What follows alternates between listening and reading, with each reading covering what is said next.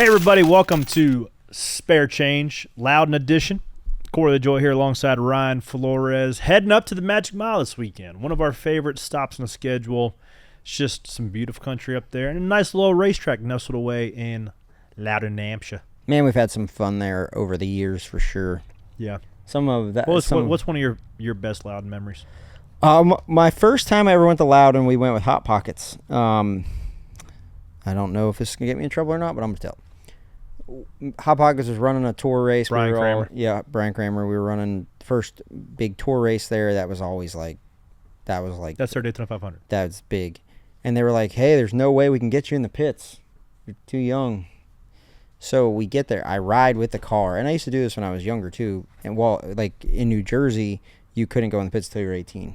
So I'd work on the car all day, ride to the track, get kicked out of the pit gate, have to sit in the grandstands by myself for like 5 hours before the race started. They did the same thing to me at Loudon. So when you pull into Loudon this weekend, there's a gazebo. Like if you're going to the pits and you pull in that first, like where the guard shack is, there's a gazebo there. You're going to see it. It's on your left. Yep. I slept in there. Took a nap. 5 o'clock in the morning. I finally got tired of sleeping there, and I just got up, and I just walked through the tunnel into the pits, and nobody stopped me. Yeah. I just walked down the pit road where the car was, and they're like, how'd you get in here? Because the whole time they're like, there's no way. This is NASCAR. There's no way you're gonna be able to get there. I just walked in, and they were like, how'd you get in here? I'm like, I just walked in here. Use my feet. And they were like, okay. So I worked on the car, and I ended up, it all worked out because I was spotting anyway, so I just had to get a spotter pass and go up top. But yeah, those times of like going up there with the modified race, like it used to be hard to make the modified race there, and before like live timing and scoring, and everybody had an app on their phone. They had a board and said like Budweiser on it, and they would manually write it, and then like when you got bumped out, they would like erase your name. Yeah. That just watching that was so much fun. But yeah, and then going there in the K&N days with you. Stan the Man is going to be on your ass about that story. I got my hard card. That was a long time ago. He's going to yank that thing. It was a long time ago. Past statute of limitations. Yep. At this point. Nope. I don't want to hear it. I don't even think Stan was an employee then. He is now, though. I could be lying. Gonna have to go back and check the tapes from. I'm not even to tell you what year it was.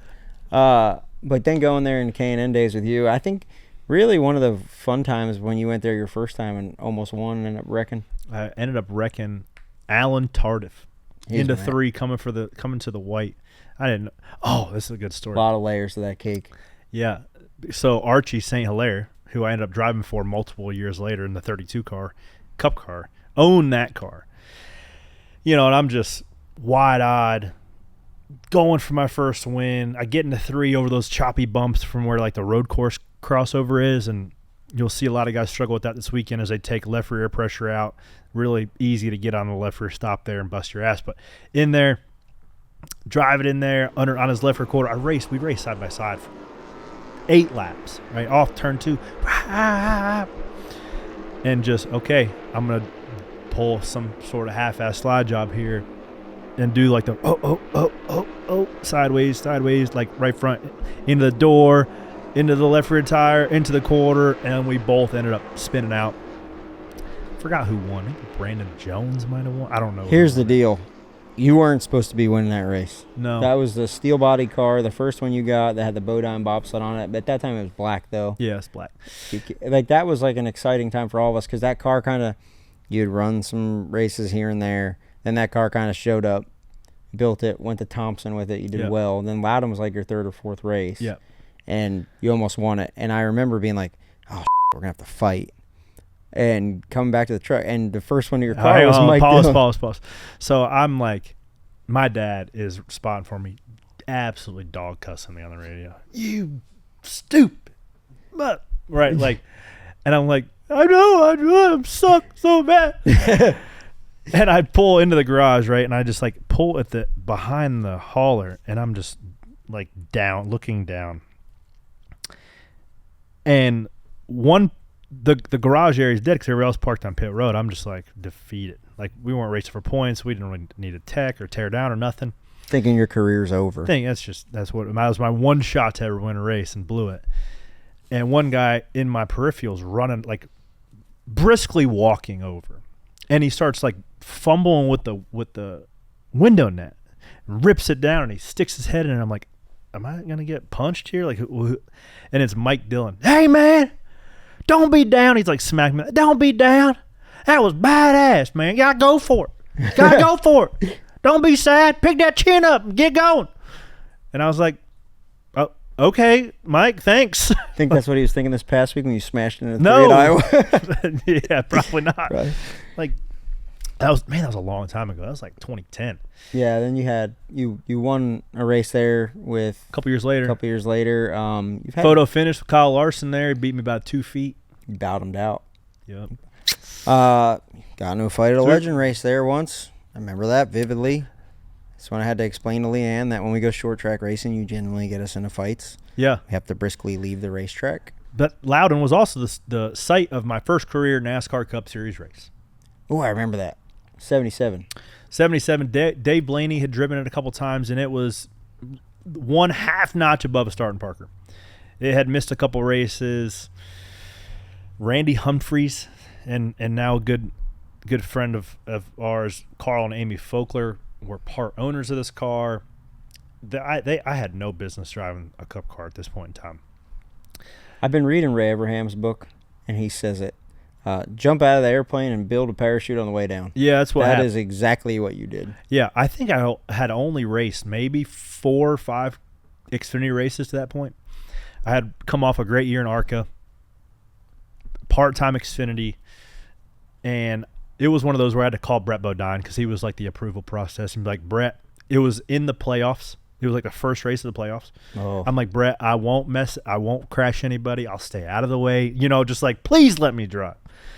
So I remember walking in the garage area, and it's Jeff Gordon and Dale Jr. and Carl, like everybody.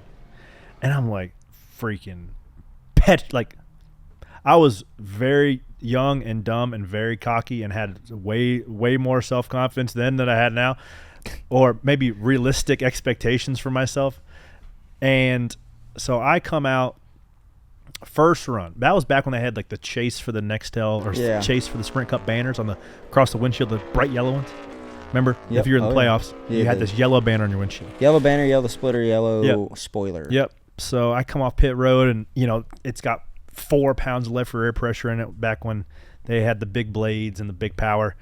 And I look into my mirror merging off of 2, and I see this yellow banner, and it's Jeff Gordon. So I'm like, this guy knows what he's doing. Let me follow him. And I kind of get through the first couple corners trying to get some air pressure built, and he is gone, bro. Like, can't even see him. Not even on the same straightaway. Who knows if he was probably on a Q run. But anyways, I didn't know how back then you'd unload and Q run. I knew absolutely nothing. So I go and I make a couple of laps, and I'm like, not terrible actually. We were in the 20s. And Clay Rogers was running that race as well in a BK car, and there's the Benedetto, and there's a couple guys like in that group. And I was like, okay, we're not terrible, but I am 1.2 seconds off of Jeff Gordon. He's top of the sheet. And I'm like, surely there's got more speed in this thing than being a second off. I've never been a second off in anything in my life. So I was like, we're gonna make another run. I think I got some more speed in.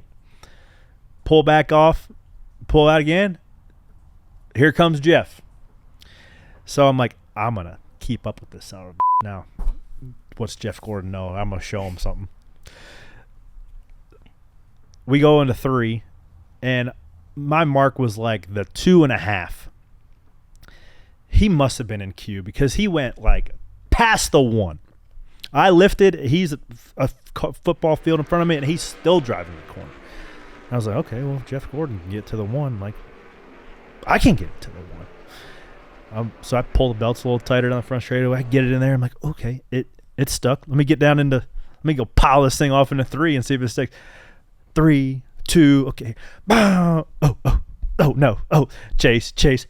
Boom! Left side's up in the air. Knocked the whole door off of it. Splitter bar pushed over. Needless to say, the 77 Randy Humphreys Ford Ford Fusion could not grip the road like that. Turns out Rick Hendrick has a couple more commas to get his car through the corners than I did not Randy know that. Humphries didn't did. really understand how it worked at that point in time. Well, at that point, you're like, it's like your brain's like, yeah, it's a video game. I'll just go harder. We all have the same Just stuff. drive it harder. We got the same stuff. Turns out there's nothing stock about a stock car. It wasn't. So the guys thrashed. They put a side on it, re-decaled it. The right side door numbers, they only had like a black one. The left side was a yellow. The one on the right side was a red, like a black one type of situation. Yeah. And qualified in the show. Not very good. I don't know where it was. What year was it? 14. Okay. And we get going. And I get settled in, and I'm like, okay. I'm starting to feel it out. I'm starting to understand the power, starting to understand the tire. And I'm like passing cars. And all of a sudden, she starts tightening up down the straightaway. All the gauges look fine. Well, when we qualified, they used to unhook the gear cooler, right? Yeah. Just to get some oil temp in it hotter. They forgot to hook the gear cooler up for the race, burn the gear out. So we were behind the wall for 150 laps, just putting a gear in it. They wanted to get me back out there to make some laps, get some experience. So we changed it, and I still knew nothing about nothing. And I find myself racing the same group of guys that I had come, Josh Wise, McDowell, DeBendetto. What was the kid's name that ran the Swan car? Parker? No, Cole Witt? Cole Witt. Yeah, so we were all in a group. And I just figured since I was racing these guys beforehand, I'll just keep racing with them. And I'm 150 laps down, and these guys are racing for percentage of the purse, right? These guys are racing for 22nd to 28th, couple grand difference, and that's for those guys, that's real money. Yeah. So that was my first welcome to the Cup Series moment. Josh Wise rolls, I think he was driving Phil Parsons' car, the 98, and I just pass him. I work him over. I just pass him, and he just rolls into one on my left rear and just spins it right out. Didn't hit nothing, but I was like, light bulb went off. Like, probably shouldn't be in the mix racing with these guys. And then I let those guys battle it out the rest of the day. So yeah, Josh Wise gave me my first welcome to the Cup Series moment at Loudon. Now you train with him every week. Yeah, he's like a driver. He's like a driver sensei. So like a circle. Yep. But one of my favorite things going to Loudon, that's a long-winded story. We're going there this weekend, one race and one race only. Your one chance to hold the lobster. Have you ever held the lobster? Do they give you lobsters in K&N Victory I've Lane? never won. No, they don't give you a lobster in Victory Lane. Do you know what ostraconophobia is? Yeah, it's fear of lobsters. Everybody knows that. It's the fear of shellfish. Not only you have that, No, I'm just allergic. but you're not. I've got. It's ridiculous. Let me show you some. Go ahead, keep going. Keep telling your story. So everybody knows when you win at Loudon, they hand you a absolutely massive lobster. I'm allergic to shellfish there. I might have a mask on because it was COVID, but You don't want to breathe in the... I was holding that thing. I was scared of that thing. That is a monster crustacean. I go down to the macros and eat its claw. They say the big ones don't taste very good. I don't know. I would give it a go, though. I'd rip that claw right off and freaking munch on it if I was in Victory Lane this weekend. I'm holding you. If you win, you better eat that claw in Victory Lane. I would. Okay. Denny Hamlin, pretty outspoken about being a ostraconophobic. So I feel for him there. Yeah. This is also the site of the rain where all the cars They wrecked. piled the top 5 of them up, all Gibbs cars. Yeah, and then the 18 Gibbs about to have a banner day. Oh. And then, no, we're going to crash all your cars because we're in the middle of an absolute rainstorm here. Yeah, and then the 18 running the back of the pace car. That was a really told move. Kip Childress to. He was mad. Yeah. And then the 10 car goes on to dominate the rest of the day. So that was one of Eric's momentous victories. God, Bush. Dude, I remember watching that being like, yo, he's in trouble, dude. Yeah. But, hey, Kyle Busch doing Kyle Busch things. Nothing surprises me, and I'm glad he keeps it exciting. Nope. Ton of passionate fans up there in Northeast. I love going up there camping. I'd go up there with my cousins when they worked with Rowan Pennick and Modified Series, go see all the modified guys. And the X-Lot is always popping up there, so it's always a lot of fun. I'm bummed I won't be up there early. I'm going to go to Bowman Gray myself this weekend, so I'll see you there on Sunday. Good luck, man. Hey, thanks. Try to get us a W. Is it a 100 lapper? It's a 100 lapper and a Hillbilly Sun Drop number 79 How you gonna run? up front. Mm-hmm. So Let it eat. Y'all continue to let it eat and listen to Stacking Pennies, whether it's on YouTube or SiriusXM Channel 90. On Tuesday, big guest coming in next week to the Nonsense Garage, talking about filling that vacant seat. Who's it going to be? You're going to know here soon enough because you're going to listen to it on Stacking Pennies right after the news drops. Going to Loudon, the Magic Mile. We're going to have a good day. Talk to you next week.